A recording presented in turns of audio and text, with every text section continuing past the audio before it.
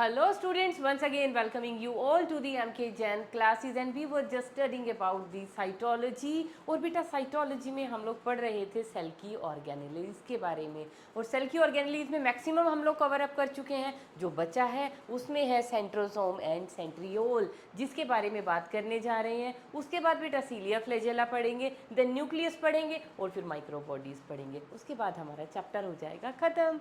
तो चलिए स्टार्ट करते हैं हम लोग आज सेंट्रोसोम और सेंट्रियोल से।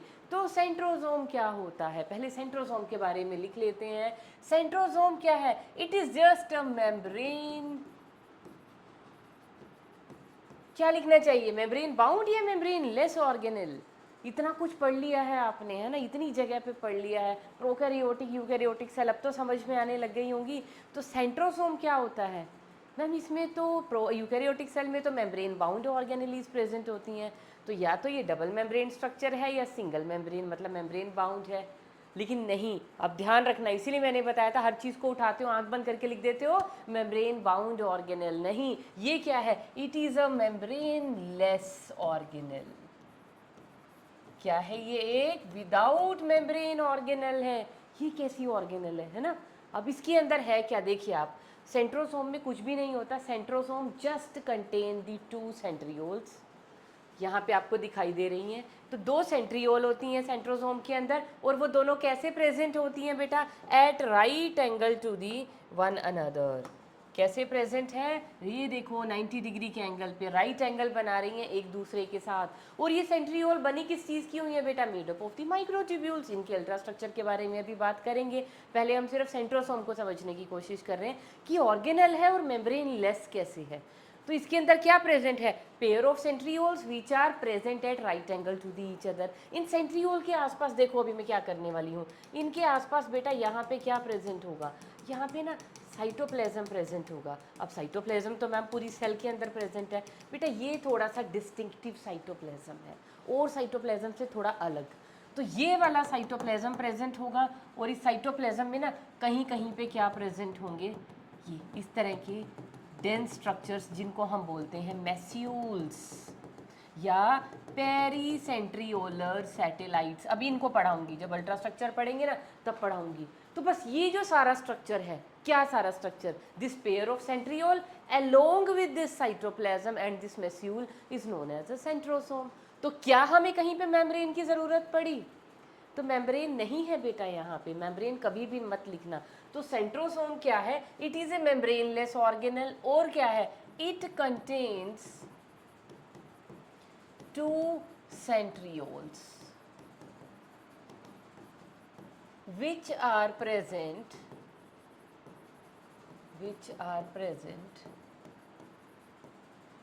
at right angle to each other। कैसे प्रेजेंट है बेटा? ये राइट एंगल पे प्रेजेंट है, 90 डिग्री का एंगल बना रही है। और इनके आसपास क्या प्रेजेंट है? इनके आसपास क्या प्रेजेंट है? Surrounded by a distinctive cytoplasm. और उस साइटोप्लाज्म का नेम पता क्या है?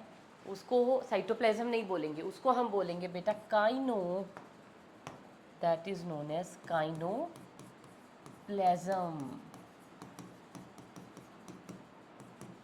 अब बोलो, सेंट्रोसोम सबसे मुश्किल ऑर्गेनल लगती है, बच्चों को समझ ही नहीं आता मैम सेंट्रोसोम क्या होता है, सेंट्रियोल क्या होती है, सेम है या अलग है? अब क्या बोलोगे, सेम है कि अलग है? भाई centrosome contains the centrioles. Centrosome के अंदर सेंट्रियोल, और सेंट्रोसोम कुछ भी नहीं है, centriole along with the surrounding kinoplasm. समझ में आ गया? बस ये है हमारा सेंट्रोसोम।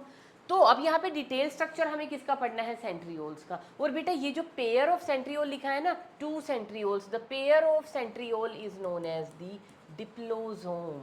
अगर सेंट्रियोल पेयर में प्रेजेंट हैं तो ये सेंट्रियोल क्या बना रही हैं? दीज आर फॉर्मिंग दी डिप्लोसोम। ठीक है, बस। तो यही थी हमारी मेम्ब्रेनलेस ऑर्गेनल जिसको हम क्या बोलते हैं? Which is known as the centrosome. तो सेंट्रोसोम के अंदर क्या था? राइट एंगल पे दो सेंट्रियोल प्रेजेंट है along with the distinctive cytoplasm जिसको हमने नेम क्या दिया? काइनोप्लाज्म। तो अब हम लोग मूव करते हैं कहाँ पे, toward the structure, detailed structure of the centrioles. अच्छा, सेंट्रियोल के बारे में एक चीज़ और जाननी है बेटा हमें कि सेंट्रियोल्स प्रेजेंट कहाँ कहाँ पे होती हैं, कहाँ पे प्रेजेंट होंगी सेंट्रियोल, पता है? लगा सकते हो बुद्धि, सेंट्रियोल की ज़रूरत कहाँ कहाँ पे पड़ेगी बेटा? सारी की सारी एनिमल सेल्स के अंदर। चलिए, इसको बड़े, इसकी जो लोकेशंस है ना बहुत स्पेसिफिक है, इसीलिए बड़ा जोर डाल के मैं इसको लिख रही हूँ, present in all animal cells. सिर्फ एनिमल सेल में प्रेजेंट है, प्लांट में नहीं है। प्लांट में बेटा कहाँ पे है, देखो अब ध्यान से सुनना, प्लांट में कहाँ है, ओनली मोटाइल एल्गी। जैसे जो मोटाइल पार्ट्स है ना हमारे पास, जैसे मोटाइल एल्गी, मोटाइल एल्गी में अगर हम बात करूं, द जूस्पोर्स ऑफ एल्गी, वो मोटाइल थे ना, जूस्पोर्स कैसे होते हैं, फ्लैजिलेटेड होते हैं, तो zoospores of algae, sperm cells of ferns, sperm cells of ferns, वो भी कैसे थे, मोटाइल थे ना, यस। तो यहाँ पे इन जगहों पे प्रेजेंट होगी सेंट्रियोल्स, कहाँ पे प्रेजेंट होगी, इन ऑल एनिमल सेल्स। उसके साथ जो प्लांट्स में जो लोअर प्लांट होंगे उनके मोटाइल पार्ट्स, क्योंकि देखो बेटा मोटाइल कहाँ पे प्रेजेंट है, मोटाइल एल्गी या जूस्पोर या मोटाइल किसी भी तरह का कोई गेमेटिक सेल है, कहाँ पे प्रेजेंट होगा, लोअर एल्गी का फीचर है वो। तो लोअर प्लांट्स में, अगर आपको ऐसे स्पेसिफिकली याद नहीं रहता तो you can write down present in all animal cell and in lower plants, बस आप ये लिख दीजिए, लोअर प्लांट्स भी लिख सकते हो। और एब्सेंट कहाँ पे है, absent in all prokaryotic cell. क्या प्रोकैरियोटिक सेल के अंदर ये ऑर्गेनल होगा, कभी भी नहीं मिलता बेटा। Absent in all prokaryotic cells, और क्या करेगा, और कहाँ पे एब्सेंट होगा, इन हायर प्लांट्स। अगर मैं जिम्नो की बात करूँ, अगर मैं एनजीओ की बात करूँ, वहाँ पे ये एब्सेंट होगा। And also in amoeba, plural लिखा है तो अमीबी, ठीक है। तो इसकी लोकेशन बेटा बहुत इंपॉर्टेंट है। अब सेंट्रियोल क्या है, क्या ये एक यूनिवर्सल ऑर्गेनेल है? नहीं बेटा, देखो बहुत सारे, हमने अभी देखो मैंने क्या लिखा है, इस पॉइंट पे मैं बाद में फंक्शंस के टाइम पे भी आऊँगी कि हायर प्लांट्स में तो ये है ही नहीं। तो हायर प्लांट में दैट मीन्स सेल डिवीजन नहीं होता, क्योंकि सेंट्रियोल क्या बनाती हैं, सेंट्रियोल फॉर्म्स दी स्पिंडल। जो भी स्पिंडल फाइबर्स हैं, जो भी स्पिंडल बनता है सेल डिवीजन के टाइम पे, जिस पे क्रोमोसोम मूव करते हैं, वो सारा का सारा स्पिंडल कौन बनाता है, सेंट्रियोल्स बनाती हैं। तो अगर सेंट्रियोल नहीं होगी तो स्पिंडल नहीं बनेगा, स्पिंडल नहीं बनेगा दैट मीन्स डिवीजन नहीं होगी। नहीं, अगर ऐसा होता तो सेंट्रियोल क्या होती बेटा, यूनिवर्सल ऑर्गेनल होती। लेकिन ये यूनिवर्सल नहीं है, हमें हायर प्लांट्स के अंदर तो मिल ही नहीं रही। लेकिन हायर प्लांट में तो सेल डिवीजन दबा के होता है। तो इसका मतलब क्या है, सेल डिवीजन सेंट्रियोल के बिना भी हो सकता है, इसीलिए ये हायर प्लांट के अंदर प्रेजेंट नहीं है। तो कभी भी टेंशन नहीं लेनी इस चीज़ की कि कहीं ये लॉजिक लगाओ कि भैया सेंट्रियोल प्रेजेंट है तो सेल डिवीजन होगा नहीं, ऐसा लॉजिक कभी मत लगाना।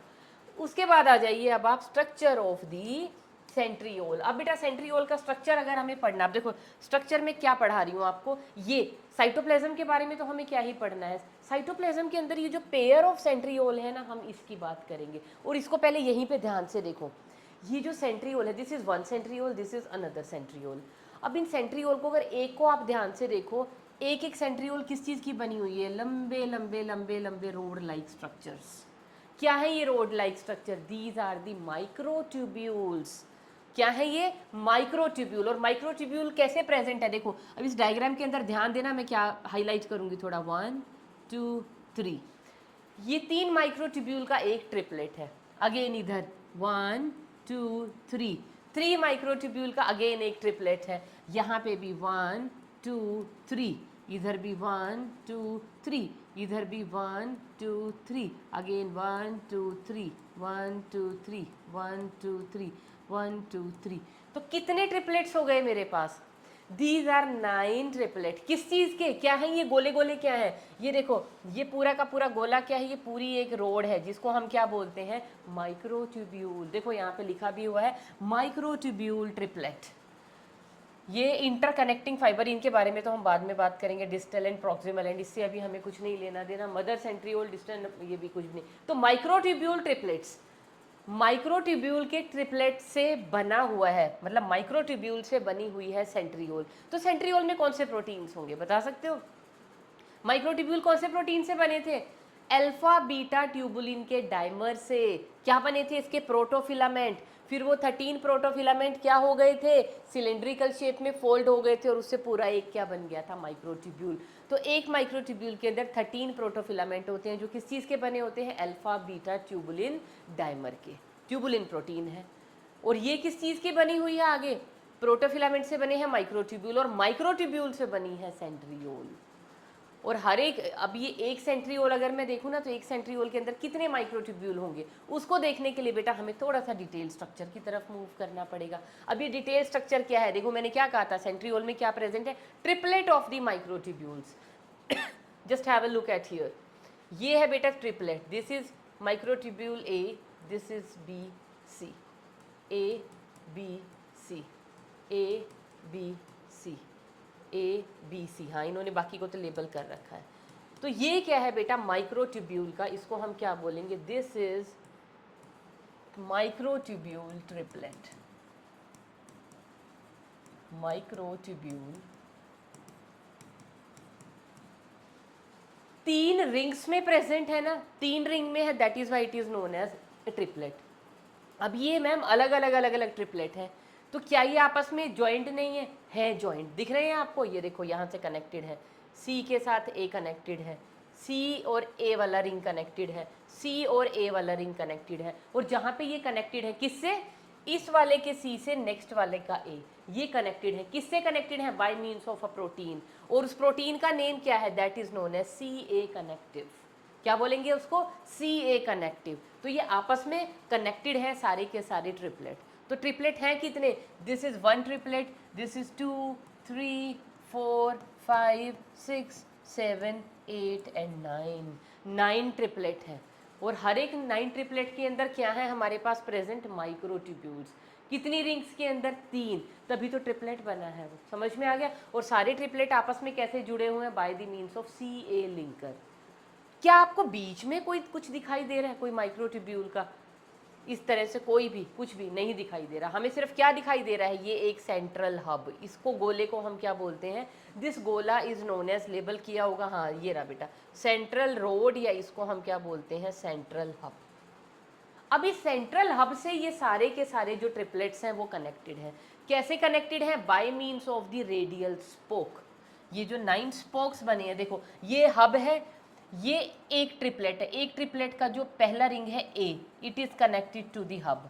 इसका भी A is connected to the hub, इसका भी A is connected to the hub, A is connected to the hub, hub hub. ये सारे के सारे जो ए हैं, सभी के जो ए हैं वो ए किससे कनेक्टेड हैं? A are connected to the hub. किसकी हेल्प से? इस स्ट्रक्चर को हम क्या बोलते हैं बेटा? This is known as the radial spoke. तो कितने ट्रिपलेट है? 9। रेडियल स्पोक भी कितने होंगे? 9 होंगे। अभी रेडियल स्पोक किस प्रोटीन के बने हुए हैं? Unknown nature. ठीक है, ये बीच में हो गया रेडियल हब। अच्छा, ये मोटे मोटे स्ट्रक्चर क्या है? इसको बोलते हैं बेटा फुट। और इस फुट से क्या निकल रही है? Further branching. इतनी डिटेल में हमें जाना नहीं है। तो माइक्रोट्यूब्यूल के कितने कितने ट्रिपलेट हैं? फटाफट से यहाँ लिख लेते हैं, 9। क्या सेंटर में कोई माइक्रोट्यूब्यूल का ट्रिपलेट, डबलेट या सिंगलेट प्रेजेंट है? नहीं प्रेजेंट है। तो सेंटर में कुछ भी प्रेजेंट नहीं है, 0। ये जितने भी ट्रिपलेट हैं कहाँ पे अरेंज्ड हैं? At the periphery. कहाँ पे है? पेरीफेरी। सेंटर पे क्या कुछ है? नहीं है, इसलिए मैंने क्या लगा दिया? 0। तो इसको हम क्या बोलते हैं? 9 + 0 माइक्रोट्यूब्यूलर अरेंजमेंट। क्या बोलेंगे इसको? 9 + 0 माइक्रोट्यूब्यूलर अरेंजमेंट। या इसी का एक और नेम भी है, एक और नेम है बेटा। ये किस तरह का डायग्राम दिखाई दे रहा है आपको? Is it looking like a cartwheel? लग रहा है ना? It is looking like a cartwheel. Cartwheel जैसा स्ट्रक्चर, कार्ट का व्हील पता है ना, तो उस जैसा स्ट्रक्चर ये हमें दिखाई दे रहा है। तो इसको हम और क्या बोलते हैं? It is also known as the cart wheel arrangement या कार्ट व्हील स्ट्रक्चर। तो ये सेंट्रियोल के बारे में बेटा कुछ 2 इंपॉर्टेंट चीज़ें हैं जो हमें याद रखनी है। क्या याद रखनी है? कि स्ट्रक्चर कैसा होता है सेंट्रियोल का? Like a cart wheel. Microtubular arrangement कैसा होता है? 9 + 0। ये क्यों ज़रूरी है? अभी सीलिया फ्लैजेला पे चलेंगे ना, वहाँ पता चल जाएगा, क्योंकि इस माइक्रोट्यूबुलर अरेंजमेंट की वहाँ पे भी बात होगी। और ये अरेंजमेंट इसीलिए ज़रूरी है क्योंकि नीट में इस पर डायरेक्ट क्वेश्चन मैनी टाइम्स आया हुआ है। कैसे आया हुआ है कि माइक्रोट्यूब्यूलर अरेंजमेंट सेंट्रियोल में कैसा है, इज इट 9+0, 9+1, 9+2, 9+3, 9+4, ऐसे ही इसीलिए फ्लैजेला के रिगार्डिंग भी क्वेश्चन आया हुआ है। तो वहाँ पे जो अरेंजमेंट होता है वो भी पढ़ाऊंगी तो वहाँ पे बताऊंगी। तो इसके स्ट्रक्चर में आपको कोई डिफिकल्टी आई? कुछ भी नहीं डिफिकल्टी है। क्या है सेंट्रियोल, किस चीज़ की बनी हुई है? माइक्रोट्यूब्यूल के ट्रिपलेट्स की। कितने ट्रिपलेट? 9 ट्रिपलेट हैं टोटल। एक ट्रिपलेट में 3 है ना ये फाइब्रिल्स, तो टोटल ये ट्रिपलेट कितने हैं? 1 2 3 4, हमने काउंट कर लिए 9 है। अब ये 9 आपस में कैसे कनेक्टेड है? By means of the CA linkers. और ये बीच में किस चीज़ से कनेक्टेड है? हब है बीच में और हब से कनेक्टेड है by means of radial spokes. बस, और कुछ भी नहीं है इसके स्ट्रक्चर में। और अब यहाँ स्ट्रक्चर में आपको एक जो चीज़ दिखाई दे रही है वो है ये वाले स्ट्रक्चर, जिनको इन्होंने क्या बोला है? इन्होंने इसको लिखा है मेस्यूल या पेरीसेंट्रियोलर सैटेलाइट। ये किस चीज़ में हेल्प करती हैं? These are the microtubular organising centres. इनको हम और क्या बोलते हैं? इनको हम बोलते हैं माइक्रोट्यूब्यूलर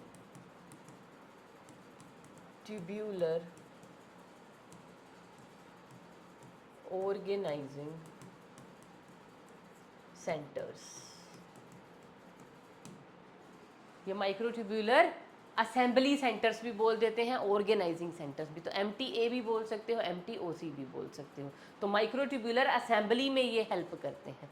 समझ में आया? तो ये है मेस्यूल, मतलब ये हो गई सेंट्रियोल, ये है मेस्यूल, और इसमें कहीं कहीं पे हम भर देते हैं, मतलब ये सारा का सारा जो स्ट्रक्चर है इसके अराउंड क्या पड़ी हुई है?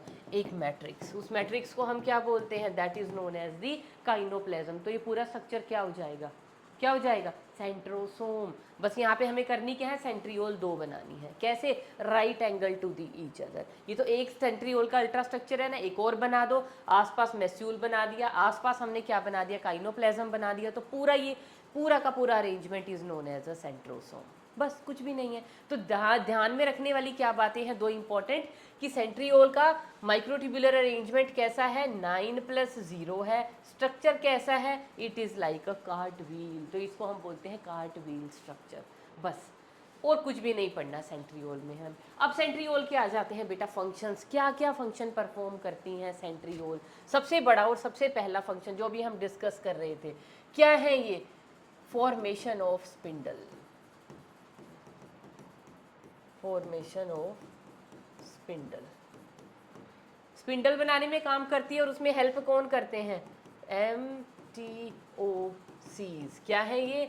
Micro tubular organising centres. ठीक है जी। अभी दूसरा और फंक्शन क्या है बेटा सेंट्रियोल का? सीलिया फ्लैजेला पढ़ेंगे अभी हम, इसी के बाद जब स्टार्ट कर रहे हैं। तो सीलिया फ्लैजेला कहाँ से ओरिजिनेट होते हैं? Cilia flagella originates from the basal body. तो सेंट्रियोल वो बेसल बॉडी भी बनाता है। क्या करता है? Provides basal body for cilia and flagella. अभी सीलिया फ्लैजेला का स्ट्रक्चर पढ़ेंगे ना, तो नीचे कहाँ से ओरिजिनेट होती है cilia flagella? From the basal body. तो वो बेसल बॉडी है क्या? दैट इज एक्चुअल में सेंट्रियोल। तो इसीलिए कहा जाता है बेटा सेंट्रियोल बेसल बॉडी बना रही है। तो basal body can also behave as a centriole whenever it is required. तो अपनी आप कह लीजिए फंक्शन और लोकेशन अगर बेसल बॉडी चेंज कर दे तो that can act as the centriole. मतलब कि अगर चलो अभी एग्जाम्पल आपको वहीं पे दूंगी मैं जब सीलिया फ्लैजेला पढ़ाएंगे। ये अभी बात कर लेते हैं, तीसरा उसी से रिलेटेड है बेटा। अब सेंट्रियोल और क्या है? Centrioles in case of a fertilising sperm. Centriole of the fertilizing sperm enters the egg and triggers the amphimixis। Amphimixis क्या होती है? देखो जब ह्यूमन का जो एग है मतलब फीमेल का जो एग है उसको जब स्पर्म फर्टिलाइज करता है बेटा, उसका स्ट्रक्चर है वैसे आप 12th के अंदर पढ़ोगे इन डिटेल अभी, तो उसमें क्या होती है, उसके नेक के पास प्रेजेंट होती है एक सेंट्रियोल, और वो जो इसको हम क्या बोलते हैं, that is known as the distal centriole, distal centriole of human sperm. और क्या काम करती है, it forms the axial filament, axial filament. अब ये जब आप स्ट्रक्चर पढ़ोगे ना तो वहाँ पे पढ़ोगे, तो जब ये स्पर्म एंटर, अब एग के पास ना अपनी कोई सेंट्रियोल नहीं होती, लेकिन जैसे ही स्पर्म उसके अंदर एंटर करता है तो सिर्फ उसके हेड के कंटेंट उसके अंदर जाते हैं एग के अंदर, बाकी सारा का सारा स्पर्म का जो मिडल पीस उसकी टेल है बाहर रह जाते हैं। लेकिन जब हेड के कंटेंट जाते हैं तो उन्हीं के पीछे जस्ट नेक पोर्शन के अंदर प्रेजेंट होती है सेंट्रियोल। वो सेंट्रियोल भी कहाँ एंटर कर जाती है, एग के अंदर, और जब वो सेंट्रियोल जाती है फिर वहाँ पे क्या बनता है, स्पिंडल बनता है। स्पिंडल के ऊपर मेल और फीमेल के दोनों के क्रोमोसोम जो है मिक्स होते हैं, जिसको हम बोलते हैं एम्फीमिक्सिस, जिससे क्या बनता है, जाइगोट बनता है। ठीक है, और सेल की एग की जो अपनी खुद की एक डिवीजन बाकी रह रही होती है, सेकंड मियोटिक डिवीजन, वो भी कंप्लीट हो जाती है उस स्पिंडल से। ये जब आप 12th क्लास में जाएंगे ना वहाँ पे समझ आएगा, पर ये पॉइंट लिखना चाहिए तो मैंने लिख दिया कि सेंट्रियोल क्या क्या काम करती है, स्पिंडल बनाती है, बेसल बॉडी प्रोवाइड करती है फॉर सीलिया एंड फ्लैजेला, और फर्टिलाइजिंग स्पर्म की सेंट्रियोल जो है एग के अंदर भी एंटर करती है during gamete, during zygote formation. बस ये इसके बेटा फंक्शन थे सेंट्रियोल के, that was all about centriole. Now we are moving towards cilia and flagella. अब सीलिया एंड फ्लैजेला क्या है, सबको पता है सीलिया एंड फ्लैजेला क्या है, these are the locomotory structure of, देखो जो आपने पढ़ा है मैं उसी के बेस पे लिखवाऊंगी। देखो प्रोटोजोन्स जब हमने पढ़े थे, जब हम किंगडम प्रोटिस्टा पढ़ रहे थे, उसको हमने डिवाइड किया था ना किस में, प्रोटिस्टन एल्गी, प्रोटिस्टन फंजाई और प्रोटिस्टन हमारे पास एनिमल। प्रोटिस्टन एल्गी में हमने क्या क्या पढ़े थे, हमने क्राइसोफाइट्स पढ़े थे, पायरोफाइट्स पढ़े थे, यूग्लिनोइड्स पढ़े थे, ये सब पढ़ के आए थे। फिर हमने प्रोटिस्टन फंजाई में स्लाइम मोल्ड्स पढ़े थे, प्लाज्मोडियम सेल्यूलर, ए सेल्यूलर। तीसरा फिर हमने उसको किंगडम को डिवाइड किया था इनटू प्रोटिस्टन एनिमल्स, जिनको हम क्या बोलते हैं, प्रोटोजोन्स। और प्रोटोजोन को हमने कैसे फर्दर क्लासेस में डिवाइड किया था, on the basis of their locomotory organelle.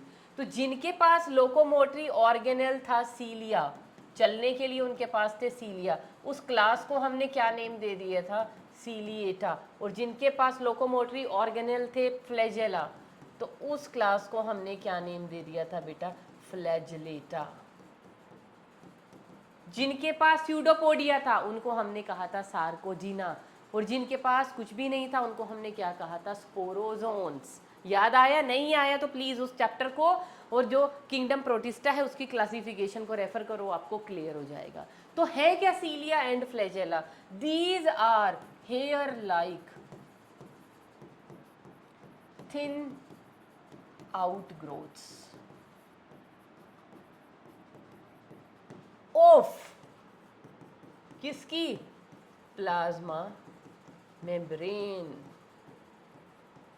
अब भाई ये चीज थोड़ा ध्यान से, क्या है ये, मैंने क्या लिख दिया, hair like thin outgrowths of the plasma membrane. अब ये क्या हो गया, अब थोड़ा सा रिकॉल करो, आ जाओ जरा पीछे आ जाओ। और वो पीछे आने का मतलब क्या है, मैंने आपको जब बैक्टीरिया पढ़ा रही थी तो मैंने आपको स्ट्रक्चर कराया था प्रोकैरियोटिक फ्लैजेलम का। किसका स्ट्रक्चर पढ़ाया था, प्रोकैरियोटिक फ्लैजेलम का। कैसा स्ट्रक्चर था बेटा, नीचे प्रेजेंट थी एक बेसल बॉडी, बेसल बॉडी से क्या निकल रहा था, एक हुक, और हुक में से क्या निकल रहा था, एक लंबा सा फिलामेंट। ये स्ट्रक्चर पढ़ा था, क्या स्ट्रक्चर था ये, इसका नेम था बेसल बॉडी, इसको हमने बोला था हुक। इस बेसल बॉडी के अंदर 4 रिंग्स भी प्रेजेंट होते हैं, और ये पूरा स्ट्रक्चर क्या था, दैट वाज द फिलामेंट। ये क्या था, structure of the prokaryotic flagellum. और एनसीईआरटी ने क्या लिखा हुआ था, जो प्रोकैरियोटिक फ्लैजेलम है ये क्या है, it is the extension of cell wall. तो अगर प्रोकैरियोटिक फ्लैजेला की बात आ रही है, ध्यान देना ध्यान देना, बस यही गलतियां होती हैं नीट में, ये छोटी छोटी बातें हम स्किप कर जाते हैं। अगर प्रोकैरियोटिक फ्लैजेलम की बात हो रही है तो वो किसका एक्सटेंशन है, सेल वॉल का। किसने कहा, हमारी एनसीईआरटी ने कहा, और हमें मानना है। लेकिन अगर मैं बात करूं किसकी, यूकैरियोटिक, यूकैरियोटिक फ्लैजेलम की। फ्लैजेलम समझ रहे हो? फ्लैजेलम का मतलब क्या है? एक फ्लैजेला की बात कर रही हूँ मैं। फ्लैजेला होते हैं बहुत सारे, सिंगुलर होता है फ्लैजेलम। ऐसे ही सीलिया होते हैं बहुत सारे, प्लूरल। सिंगुलर की बात करेंगे तो सीलियम।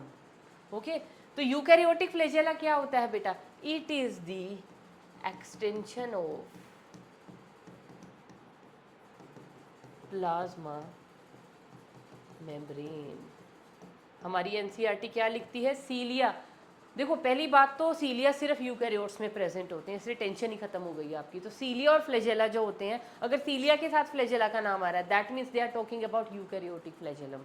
तो सीलिया और फ्लैजेला किसकी आउटग्रोथ है? प्लाज्मा मेम्ब्रेन की आउटग्रोथ है। लेकिन अगर प्रोकैरियोटिक फ्लैजेला की बात करूँ, प्रोकैरियोटिक सीलिया की भी करूँ, करनी चाहिए? नहीं, प्रोकैरियोट में सीलिया होते ही नहीं है, ध्यान रखना। तो प्रोकैरियोट में सिर्फ फ्लैजेला होता है, और फ्लैजेलम कैसा होता है? It is the extension of the cell wall. बस ये चीज़ आपने याद रखनी है, इधर सेल वॉल और इधर प्लाज्मा मेम्ब्रेन। ये छोटी छोटी चीज़ें होती हैं बेटा, इनमें गड़बड़ी नहीं करनी। इन्हीं पे छोटा सा क्वेश्चन आ गया आपके 4 नंबर साफ, अगर आपने इस चीज़ पे ध्यान नहीं दिया। और हमारी एनसीईआरटी की बुक के अंदर क्या लिखा हुआ है देखो, जो सीलिया है बेटा, सीलिया कैसी मूवमेंट शो करता है?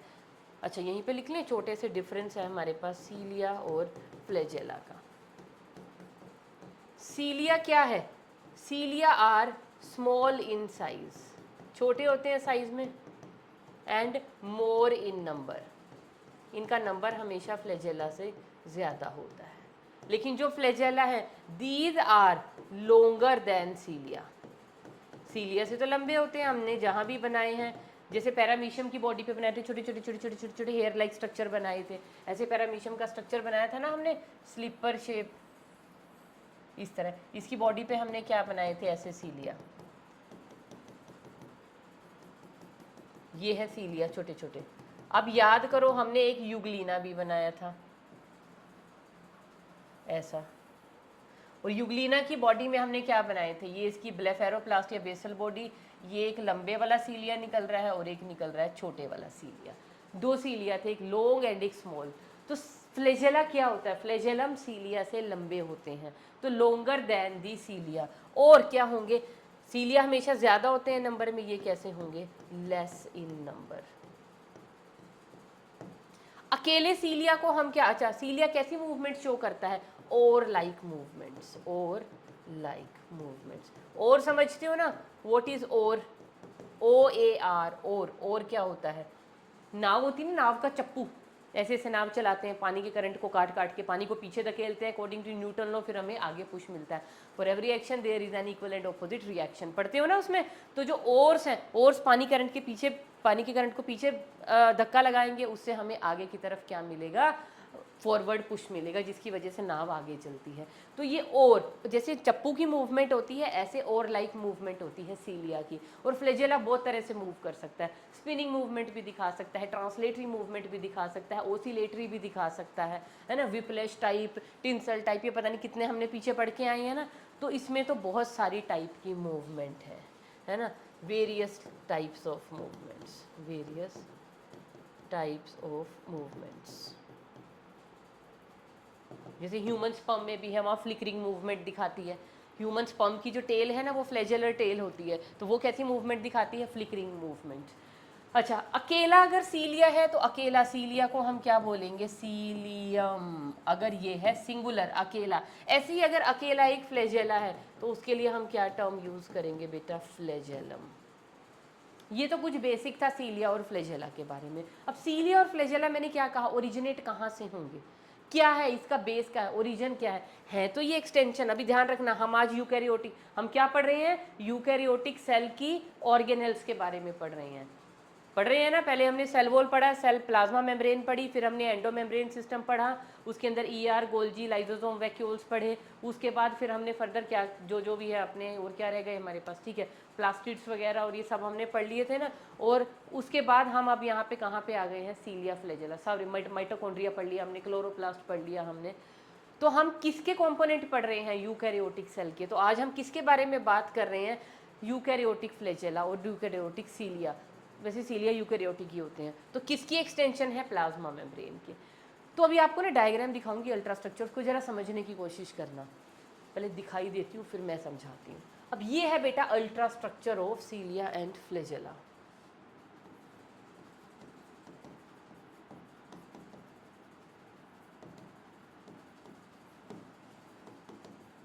Ultra structure of सीलिया and flagella. तो इस अल्ट्रा स्ट्रक्चर के अंदर देखो बेटा आपको क्या दिखाई दे रहा है, बाहर की तरफ क्या दिखाई दे रहा है, ये इन्होंने क्या लेबल किया है, प्लाज्मा मेम्ब्रेन, क्योंकि एक्सटेंशन है प्लाज्मा मेम्ब्रेन की, प्लाज्मा मेम्ब्रेन तो होगी ही होगी। तो फ्लैजेला या सीलिया कहाँ से, किस चीज़ से लाइंड है, प्लाज्मा मेम्ब्रेन से। और प्लाज्मा मेम्ब्रेन के अंदर ये जो सारा सामान पड़ा हुआ है, ये पूरा का पूरा, इसको हम क्या बोलते हैं, this is known as the axoneme. क्या बोलेंगे इसको हम, एक्सोनीम। और ये सीलिया या फ्लैजेला कहाँ से ओरिजिनेट हो रहे हैं, प्लाज्मा मेम्ब्रेन से ओरिजिनेट हो रहे हैं। लेकिन प्लाज्मा मेम्ब्रेन में कहाँ से, सबसे नीचे लोअर पार्ट क्या है, ओरिजिन क्या है, बेसल बॉडी। और वो बेसल बॉडी पता है क्या होती है, basal body is the centriole. तो cilia and flagella arise from basal body.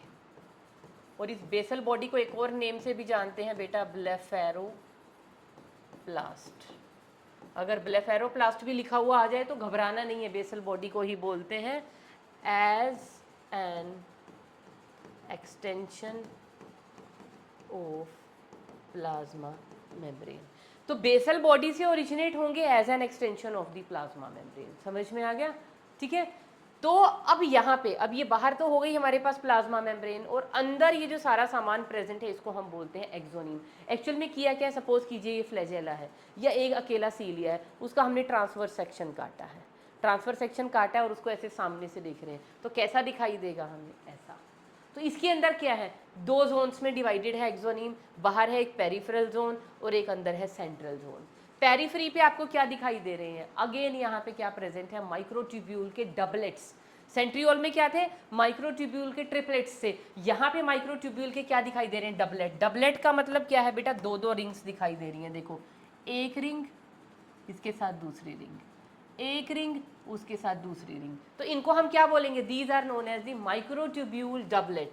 कहीं पे नेम है, हाँ ये रहा पेरिफेरल, क्यों मैंने पहले ही बोल दिया, पेरिफेरी की तरफ अरेंज्ड है, तो पेरिफेरल माइक्रोट्यूब्यूल्स डबलेट्स। तो डबलेट लिखा है, सिंगलेट भी है क्या, हाँ सिंगलेट भी प्रेजेंट है। कहाँ प्रेजेंट है, सेंटर। क्या सेंट्रियोल में प्रेजेंट थे कोई माइक्रोट्यूब्यूल, नहीं, सेंटर में नहीं थे, वहाँ क्या प्रेजेंट था, हब प्रेजेंट था। यहाँ पे सेंटर में भी प्रेजेंट है, ये देखो, ये है एक, ये है दूसरा, क्या है ये, सेंट्रल माइक्रोट्यूब्यूल। कैसे हैं, क्या ये डबलेट है, नहीं ये सिंगलेट है, एक अकेला ये, एक अकेला ये। तो अब यहाँ से एक चीज़ ध्यान में देना, पेरिफेरी पे कितने डबलेट हैं माइक्रोट्यूब्यूल के, चलो काउंट कर लेते हैं, दिस इज 1 2 3 4 5 6 7 8 एंड 9। कितने माइक्रोट्यूब्यूलर डबलेट हैं, 9। क्या सेंटर में भी है माइक्रोट्यूब्यूल के रिंग्स, यस, दो रिंग्स प्रेजेंट है, 1 2। कैसे रिंग है, सिंगलेट है, लेकिन प्रेजेंट तो है ना, कहाँ है, सेंटर में 2 प्रेजेंट है। तो 9 + 2 माइक्रोट्यूब्यूलर अरेंजमेंट।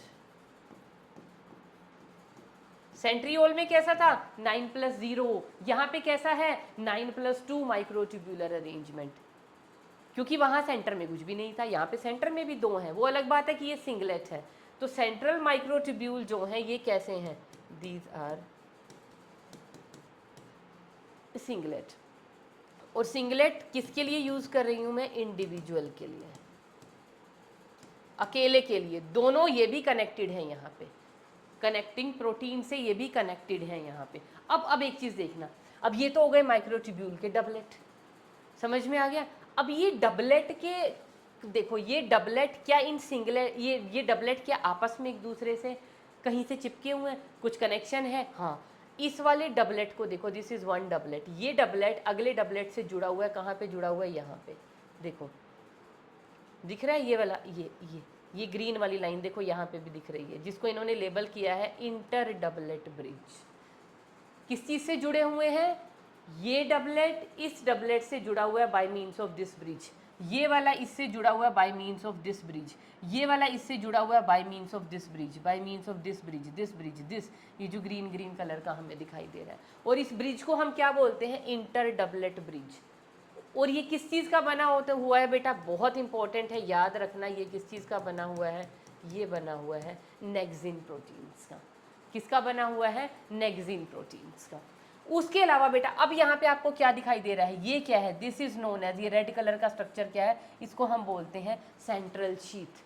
और सेंट्रल शीथ या ये जो सेंटर वाले हैं या सेंट्रल शीथ के अंदर प्रेजेंट हैं ये सिंगलेट्स, और सेंट्रल शीथ के साथ ही डबलेट कैसे अरेंज्ड है। अब देखना ये डबलेट कहाँ अरेंज्ड है, ये देखो, ये एक स्पोक निकल के आ रहा है, शीथ के साथ जुड़ रहा है, ये एक स्पोक आ रहा है, शीथ के साथ जुड़ रहा है, ये एक स्पोक आ रहा है, शीथ के साथ जुड़ रहा है, शीथ के साथ जुड़ रहा है, ये भी, ये भी, ये भी।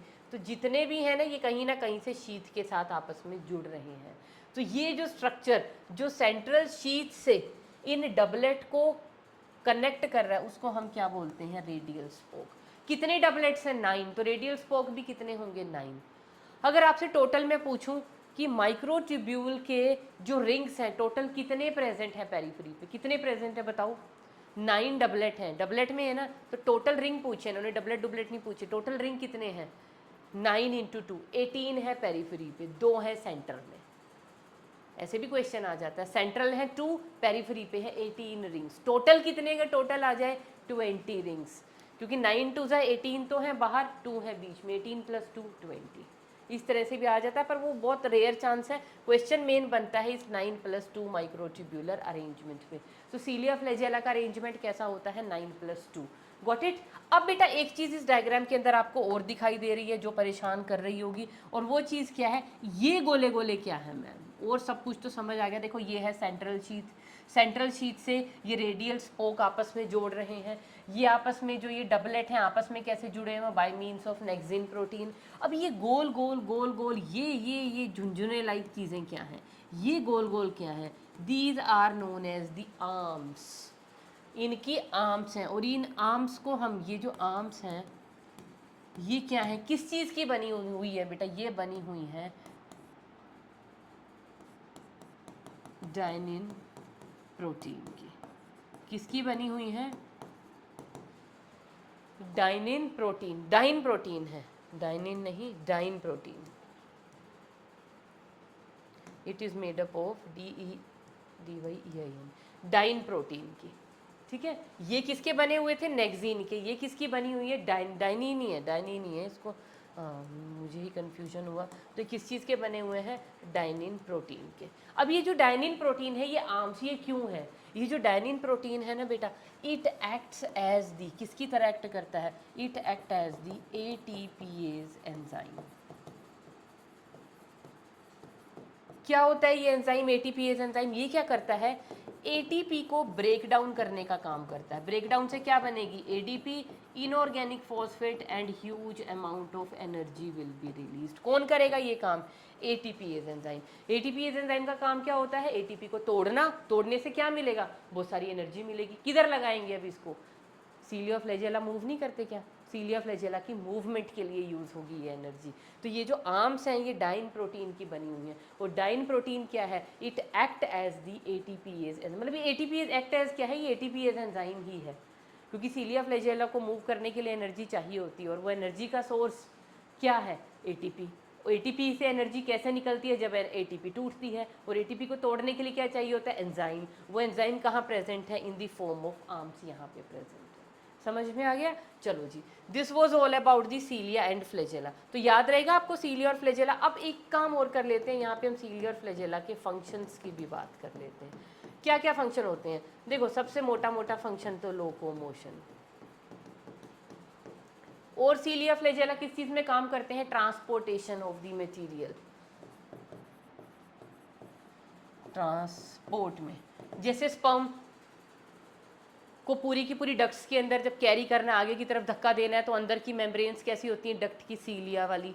ऐसे ही जो एग आया है इनफंडिबुलम के पास, उसको फेलोपियन ट्यूब के अंदर आगे धक्का मारना है फर्दर, तो अंदर क्या प्रेजेंट होती हैं, सीलिएटेड वॉल्स होती हैं फेलोपियन ट्यूब की। ऐसे ही जो हमारा नेफ्रॉन होता है उसके ग्लोमेरुलस के अंदर जब पूरा का पूरा फिल्ट्रेट आया है, उस फिल्ट्रेट के अंदर उसको आगे पीसीटी में, लूप ऑफ हेनले में और डीसीटी में धक्का लगाना है, तो अंदर वॉल्स कैसी होती हैं, सीलिएटेड। तो सीलिया क्या काम करते हैं, आगे से आगे धक्का लगाने का। फ्लैजेला लोकोमोशन में काम करता है। इसके अलावा आपने यूग्लिना के केस में देखा था ना, एक जो छोटा सीलिया था वो गोल गोल घूम के क्या करता था, वर्लपूल मूवमेंट बनाता था, जिसकी वजह से पानी आता था और पानी के साथ कुछ उसके अंदर घुले हुए कुछ छोटे मोटे जो है उसका फूड पार्टिकल्स आ जाते थे, जिसको यूग्लिना इनगल्फ कर लेता था। तो ये सीलिया फ्लैजेला और किस चीज़ में हेल्प करते हैं बेटा, फीडिंग में भी हेल्प करते हैं।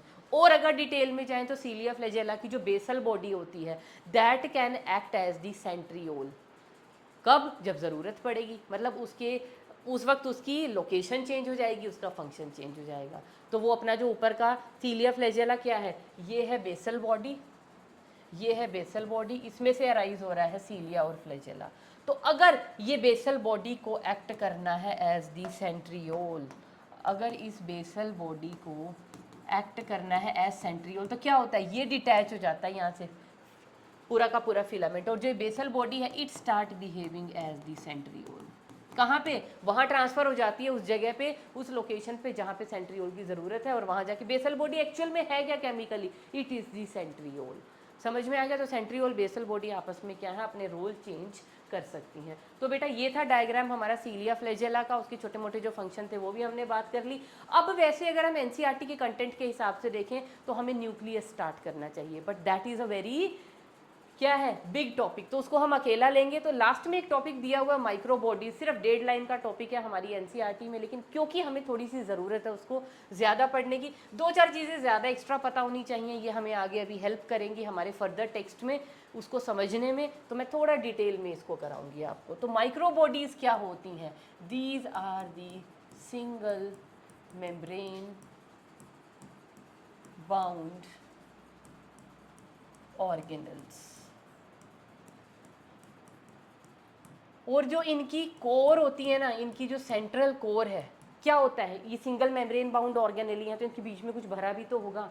इनकी कोर के अंदर क्या भरे हुए हैं, डिफरेंट टाइप के एंजाइम्स, और उन एंजाइम के बेस पे ही हम इनकी क्लासिफिकेशन करते हैं। तो क्लासिफिकेशन कैसे है, माइक्रो बॉडी कितने टाइप की हैं, दीज आर ऑफ 3 टाइप्स। और वो 3 टाइप क्या है, सबसे पहला टाइप कर लेते हैं हम सबसे पहले डिस्कस, दीज आर दी परोक्सीजोम्स। क्या बोलते हैं इनको हम, परोक्सीजोम्स। अब देखो इनके नेम से ही आपको पता चल रहा है कैसे एंजाइम होंगे इसके पास, हाइड्रोजन परऑक्साइड के मेटाबॉलिज्म के। कैसे, हाइड्रोजन परऑक्साइड, जब लीवर का सॉरी ये जो लीवर के अंदर फैट्स हो गए, अमाइनो एसिड्स हो गए, ये क्या करते हैं, फैट हो गया एंड अमाइनो एसिड्स, इनको क्या किया जाता है, इनको चेंज कर दिया जाता है लीवर के अंदर इनटू H2O2। अब इनको चेंज करने का काम, इसको ऐसे लिख लेते हैं स्पेस कम बचेगा, इसको चेंज कर दिया जाता है किसमें, हाइड्रोजन परऑक्साइड में, जिसके लिए लगती है ऑक्सीजन, और एक लगता है एंजाइम, उस एंजाइम को हम बोलते हैं ऑक्सीडेज एंजाइम। लेकिन हमें पता है ये जो हाइड्रोजन परऑक्साइड है it is quite toxic for body, भाई ये टॉक्सिक है किसी भी सेल के लिए, तो इसको क्या करना पड़ेगा, तोड़ना पड़ेगा, नहीं तो टॉक्सिसिटी बढ़ा देगी, पॉइजनस हो जाएगी, पॉइजनस है ही ऑलरेडी। तो इसको फिर क्या करवाना पड़ता है, मेटाबोलाइज, इसका ब्रेकडाउन। पहले तो ये क्या हुई, सिंथेसाइज, तो ऑक्सीडेज एंजाइम क्या करवाता है, सिंथेसिस ऑफ H2O2, ये तो करवा रहा है सिंथेसिस। अब दूसरा एंजाइम है जो इसको तोड़ देगा इनटू हाइड्रोजन एंड ऑक्सीजन, और वो काम कौन करता है, उस एंजाइम का नेम होता है बेटा कैटालेज एंजाइम। तो कैटालेज एंजाइम क्या करता है, ब्रेक डाउन ऑफ H2O2, क्या करेगा ये, ब्रेक डाउन ऑफ H2O2। अगर H2O2 यहाँ बैठा रहा तो टॉक्सिसिटी कर देगा सेल के लिए, तो क्या करेगा ये, जो फैट और एसिड से जो हमारे पास H2O2 बनता है, वो H2O2 कौन बना रहा है, ऑक्सीडेज, और वो बनना ज़रूरी है। अब वो जो H2O2 बना है उसको हटाना भी ज़रूरी है, तो उसको हटाने का, तोड़ने का काम कौन करेगा? Catalase enzyme. तो ये दोनों एंजाइम कहाँ पे प्रेजेंट होते हैं? इन दी मेम्ब्रेन बाउंड ऑर्गेनेल, और उस मेम्ब्रेन बाउंड ऑर्गेनेल को हम क्या बोलते हैं? That is known as peroxisomes. ये बेटा एनिमल्स में भी प्रेजेंट होते हैं, ये प्लांट में भी प्रेजेंट होते हैं। एनिमल में होंगे तो एनिमल पेरोक्सिसोम, प्लांट में होंगे तो प्लांट पेरोक्सिसोम्स। ये ज़्यादा नंबर इनका कहाँ पे मिलता है? इन दी प्लांट्स। तो both in plants and animals, in plants and animals, दोनों के अंदर पेरोक्सिसोम्स प्रेजेंट होते हैं। दूसरे नंबर पे बेटा हमारे पास आ गई दूसरी टाइप माइक्रोबॉडीज की आ गई, जिनको हम बोलते हैं स्फीरोजोम्स। स्फीरोजोम्स क्या होते हैं? इनको हम और क्या बोलते हैं? These are known as the plant lysosomes. क्योंकि ये किस चीज में हेल्प करते हैं? Storage and synthesis of fats, storage and synthesis of fats. तो कहाँ पे मिलते हैं ये? Endosperm of the fatty seeds, endosperm of the fatty नहीं लिखूंगी, ऑयली सीड्स लिखना चाहिए। कैस्टर हो गया, मस्टर्ड हो गया, इन सब के अंदर क्या प्रेजेंट है? ऑयल्स प्रेजेंट है ना इन सीड के अंदर, तो उनके एंडोस्पर्म के अंदर ये स्फीरोजोम्स मिलते हैं। क्या होता है इनके पास? Contains the hydrolytic enzymes. क्या प्रेजेंट होते हैं इनके अंदर? Hydrolytic enzyme. और हाइड्रोलिटिक एंजाइम किसके अंदर प्रेजेंट होते हैं? एनिमल्स में, लाइजोसोम के पास। तो यहाँ पे भी ये लाइजोसोम वाला ही काम करेंगे, हाइड्रोलिटिक एंजाइम, डाइजेशन का। तो इसीलिए हम इनको क्या बोल देते हैं? Plant lysosomes. याद रहेगा, बस कुछ ज़्यादा स्पेशल नहीं है इन चीज़ों के बारे में। और तीसरा टाइप हमारे पास आ जाते हैं बेटा, जिनको हम बोलते हैं ग्लाइओक्सिजोम्स। ग्लाइओक्सिजोम्स। अभी ग्लाइओक्सिजोम्स क्या हेल्प करेंगे? मैं आपको नहीं यहाँ पे भी एक्सप्लेन नहीं कर सकती, क्योंकि आने वाले चैप्टर्स में अब प्लांट फिजियोलॉजी में घुसने वाले हैं हम लोग।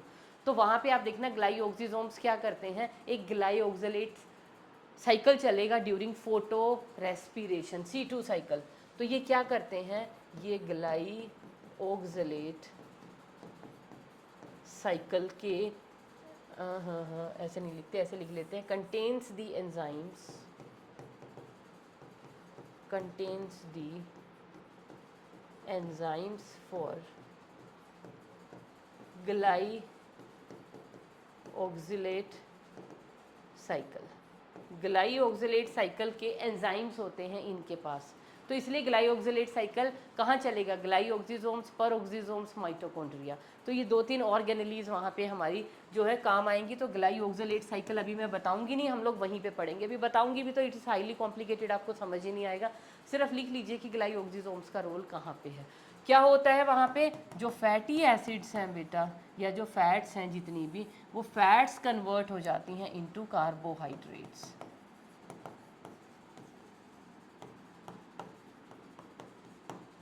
ठीक है, तो ये बस ये हमें जानना था माइक्रोबॉडीज़ के बारे में, क्योंकि एनसीईआरटी ने तो डेडलाइन लिख के ख़त्म काम कर दिया कि these are single membrane bound organelles, बस।